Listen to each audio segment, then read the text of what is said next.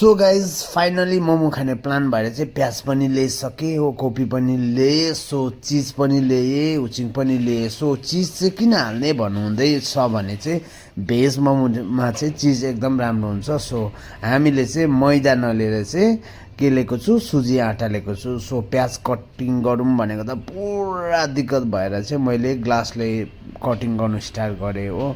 अनि फेरि मैले चाहिँ अब रोटी बेल्नुको लागि स्टार्ट गरेँ। डरसरी बेल्दैछु गाइस, किनभने इन्डियाको म्याप भइदियो भने त फेरि के गर्नु नि, अन्त साह्रो पर्छ। तर पनि सक्सेस होला जस्तै हुँदैछ रोटी बेल्नुमा चाहिँ। तर एकदम पर्फेक्ट बेलेको जस्तो आफूलाई फिल भयो।